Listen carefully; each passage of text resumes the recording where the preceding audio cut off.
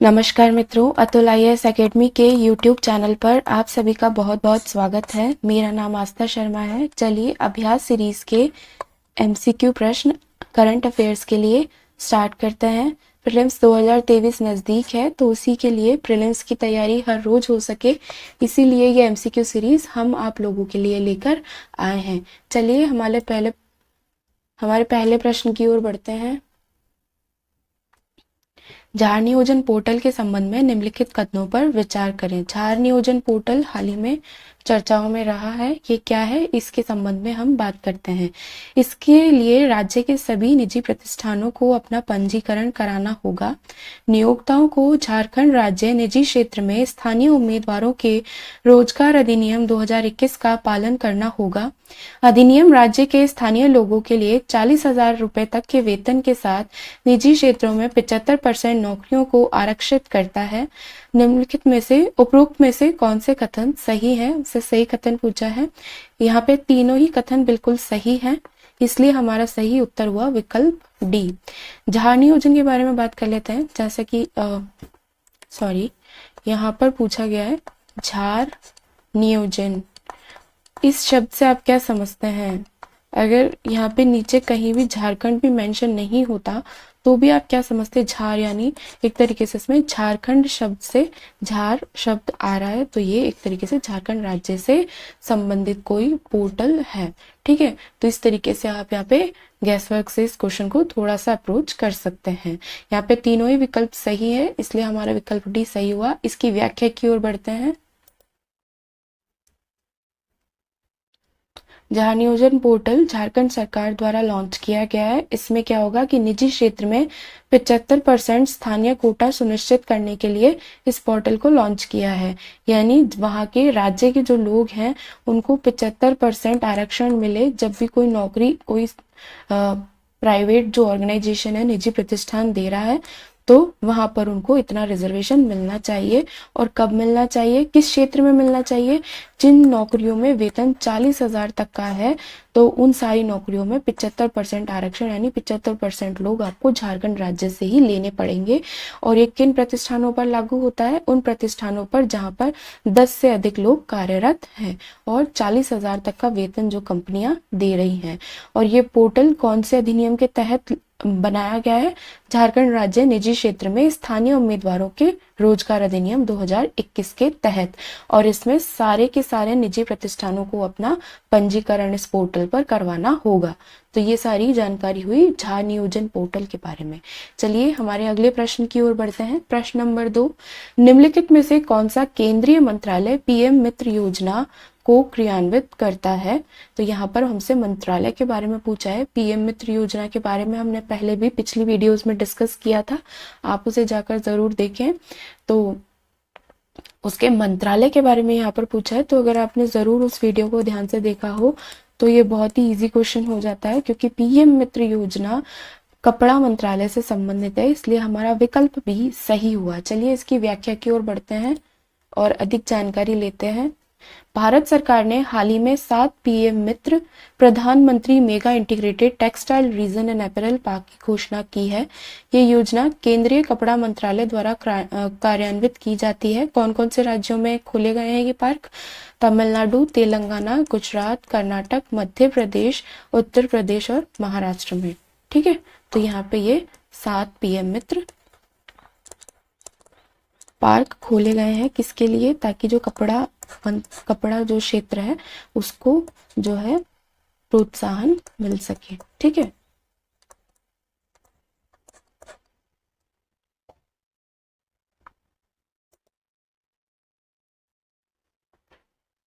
हमारे तीसरे प्रश्न की ओर बढ़ते हैं।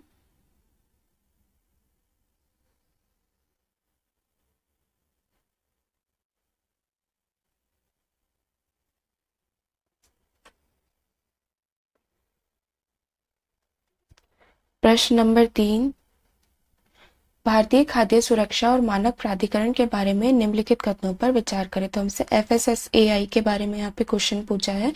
ये खाद्य सुरक्षा और मानक अधिनियम 2006 के तहत स्थापित एक स्वायत्त निकाय है। इसका संचालन भारत सरकार के स्वास्थ्य एवं परिवार कल्याण मंत्रालय के तहत किया गया है। ठीक है, हेल्थ मिनिस्ट्री के थ्रू एक ऑटोनोमस यहाँ पे इंस्टीट्यूशन है, यानी खुद अपने तहत काम करता है। ये खाद्य उत्पादों की लेबलिंग और पैकेजिंग को विनियमित नहीं करता है। यहाँ पे हमसे पूछा है कि कौन से कथन सही है, तो यहाँ पे तीसरा कथन गलत है, पहले और दूसरे कथन सही है, इसलिए हमारा सही उत्तर हुआ केवल 1 और 2, विकल्प ए। इसकी व्याख्या की ओर बढ़ते हैं और देखते हैं कि तीसरा कथन जो है वो गलत क्यों हुआ। तो भारतीय खाद्य सुरक्षा और मानक प्राधिकरण FSSAI जो है वो इस अधिनियम के तहत, खाद्य सुरक्षा और मानक अधिनियम के तहत स्थापित एक स्वायत्त निकाय है, इसलिए पहला कथन सही है। इसका संचालन भारत के स्वास्थ्य एवं परिवार कल्याण मंत्रालय के तहत किया जाता है। ठीक है, तो इसलिए कथन 2 भी सही है। इसका मुख्यालय दिल्ली में है। तीसरा कथन क्यों गलत हुआ? क्योंकि ये खाद्य उत्पादों की लेबलिंग और पैकेजिंग को भी विनियमित करता है ताकि ये सुनिश्चित किया जा सके कि वे उपभोक्ताओं को पैकेज की सामग्री के सटीक एवं उपयोगी जानकारी प्रदान करते रहें, इसलिए कथन 3 हमारा यहाँ पे गलत हो गया था। तो FSSAI जो है वो पैकेजिंग पर भी और लेबलिंग पर भी विनियमन करता है। क्यों करता है? क्योंकि जो पैकेजिंग होती है वो ही खाने में जाकर मिल जाती है और उसके हार्मफुल केमिकल से जो है वो खाने के ऊपर, खाद्य सामग्री के ऊपर बहुत ज्यादा बुरा असर पड़ता है, इसीलिए इसको यहाँ पर किया जाता है। कई बार क्या होता है कि जो खाना बनाने वाले प्रोड्यूसर ऑर्गेनाइजेशन है वो क्या करते हैं, खराब सामग्री यूज करते हैं, सस्ता जो है वो प्लास्टिक या फिर पैकेजिंग मटेरियल यूज करते हैं, तो उसकी वजह से क्या होता है कि वो जो खाना अंदर उसमें पैक्ड है, जैसे हम बात करें किसी भी प्रकार की रेडी टू ईट चीजें, तो वो उनकी जो चीजें हैं वो खराब हो जाती है, खाद्य सामग्रियां। तो इसीलिए ऐसी चीजें ना हो और लोगों के पास अच्छा खाना पहुंचे और जो है हेल्दी पैकेज्ड फूड पहुंचे, इसलिए ये लोग लेबलिंग और पैकेजिंग को भी विनियमित करते हैं। क्योंकि एक ऑर्गेनाइजेशन होगा वो यही चाहेगा कि सस्ती चीज यूज हो और कम से कम पैसा लगे, लेकिन जो सस्ती चीज होती है वो कई बार उसमें कई खराब केमिकल्स होते हैं जो खाने को बहुत ज्यादा हार्म करते हैं, इसलिए ये यहाँ पर उपयोग किया गया है। हमारे अगले प्रश्न की ओर बढ़ते हैं। प्रश्न नंबर 4, राजनयिक संबंधों पर वियना कन्वेंशन 1961 के बारे में निम्नलिखित कथनों पर विचार करें। वियना कन्वेंशन राजनयिक संबंधों पर, तो ये वो जो दूसरा वाला, पहला वाला वियना कन्वेंशन है वो नहीं है जो हम पर्यावरण में पढ़ते हैं, ये दूसरा वाला, ये राजनयिक संबंधों का वियना कन्वेंशन है। तो यहाँ पे इसके 3 कथन दिए गए हैं, देखते हैं। पहला कथन है, ये सम्मेलन लगभग सार्वभौमिक रूप से अनुसमर्थित है, जिसमें पलाऊ और दक्षिण सूडान अपवाद हैं। ये स्वतंत्र संप्रभु राज्यों के बीच सहमति के आधार पर व्यापार संबंधों की स्थापना, रखरखाव, समाप्ति के लिए एक पूर्ण रूपरेखा प्रदान करता है। ये एक राजनयिक मिशन की अनुल्लंघनीयता की अवधारणा की पुष्टि करता है, जो अंतर्राष्ट्रीय कूटनीति के स्थायी आधारों में से एक रहा है। हमसे पूछा है कि कौन से कथन सही हैं।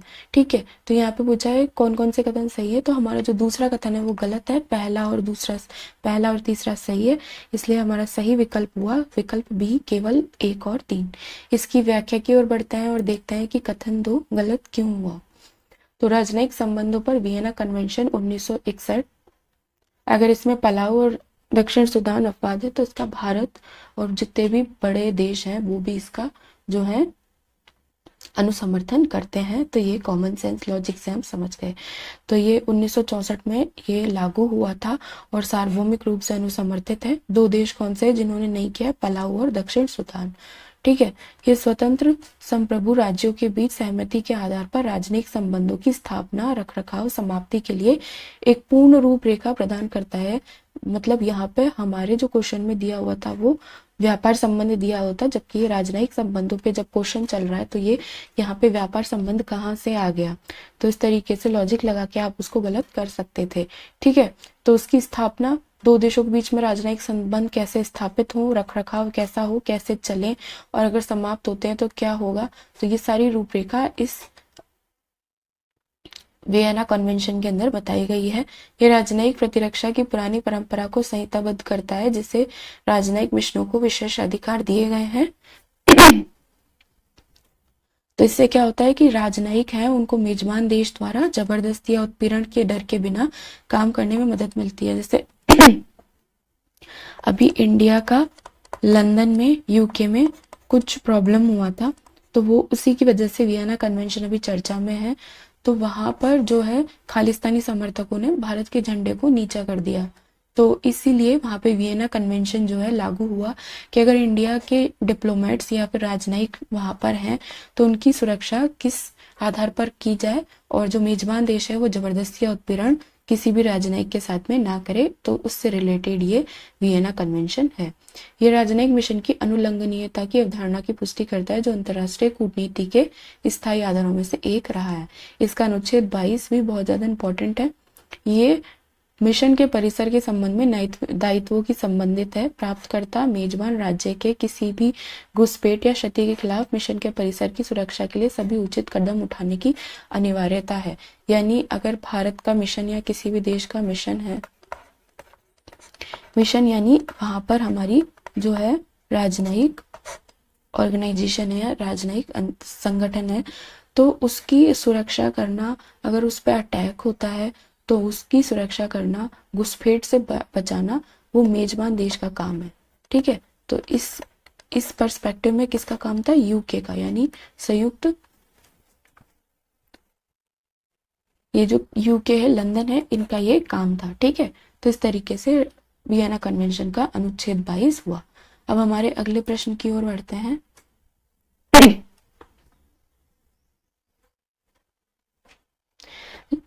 हाल ही में खबरों में रहा लेकेस एंजाइम क्या है? लेकेस एंजाइम वही विज्ञान एवं प्रौद्योगिकी से साइंस एंड टेक से क्वेश्चन आया है, इसे जरूर पढ़ेंगे क्योंकि ऐसे questions, one liner questions, one word questions अभी बहुत ज्यादा प्रीलिम्स के पैटर्न में अडॉप्ट किए गए हैं, तो हम भी इनको देखेंगे ताकि अगर ऐसा कोई क्वेश्चन आए तो हम उसे सॉल्व कर सके।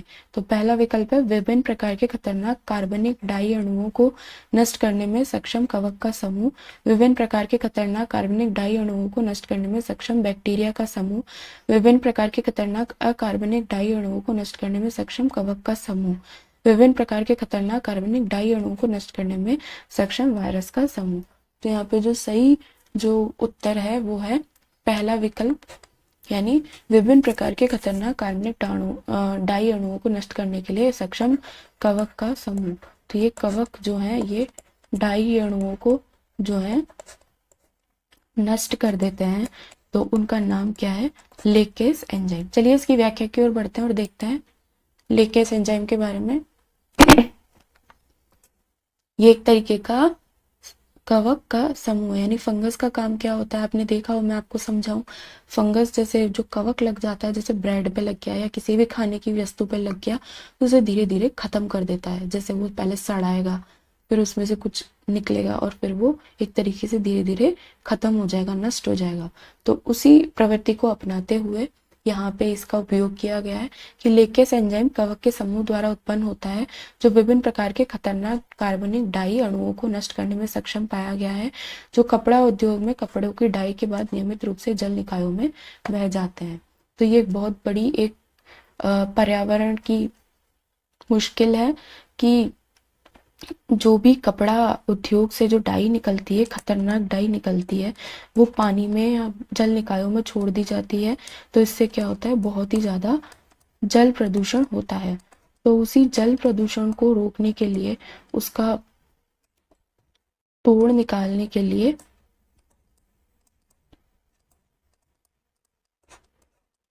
ये कवक का जो है उपयोग किया जाएगा, क्योंकि ये बहुत ही बड़ा एक मुद्दा है कि जो भी जितने भी इंडस्ट्रीज हैं वो अपना सारा गंदगी हो या जो भी केमिकल जो है वो पानी में छोड़ देते हैं और उससे जल निकायों को बहुत ज्यादा नुकसान होता है। तो उसी को रोकने के लिए ये एंजाइम का जो है उपयोग किया जाएगा, ताकि ज्यादा से ज्यादा जल प्रदूषण को रोका जा सके। तो इस प्रकार का अगर आप पर्यावरण में पढ़ते हैं तो आपको पता होगा कि इस तरीके के वहां पे भी विकल्प दिए जाते हैं कि कैसे बायो रेमेडिएशन और ये सब करके हम इस तरीके की चीजों को ज्यादा से ज्यादा ऐसे जो एंजाइम्स हैं उनके थ्रू खत्म कर सके, नष्ट कर सके। ठीक है, तो एंजाइम की संकीर्णता क्या है? लेकिस एंजाइम स्वतंत्रता दर्शाता है, यानी प्रतिक्रिया के अलावा किसी अन्य प्रतिक्रिया को उत्प्रेरित करने के लिए एंजाइम की क्षमता है, यानी ये उसको उत्प्रेरण करता जाता है, यानी यहाँ से स्टार्ट होगा नष्ट होना तो ये फिर बढ़ता जाएगा। तो ये पर्यावरण को हरा भरा बनाने के लिए एक प्राकृतिक समाधान है, जिससे अत्यधिक दायी प्रदूषित पानी के उपचार के लिए एंजाइम लिपिड कैसेट को डिजाइन करने के इस गुण को उपयोग किया जाएगा। यानी एक एंजाइम लिपिड कैसेट है, उसको उस जल निकाय में छोड़ दिया जाएगा ताकि इस तरीके से ये अत्यधिक डाई प्रदूषित पानी के उपचार को किया जा सके। तो इस तरीके से हमारे हमारी अभ्यास सीरीज के आज के एमसीक्यू प्रश्न यहाँ पर समाप्त होते हैं। अगर आपको वीडियो पसंद आए तो प्लीज़ इसे लाइक करें, शेयर करें, चैनल को सब्सक्राइब करें और हमारे टेलीग्राम चैनल से इस लेक्चर की PDF भी डाउनलोड करें। हमारी इस वीडियो सीरीज़ को देखने के लिए आप सभी का बहुत बहुत धन्यवाद।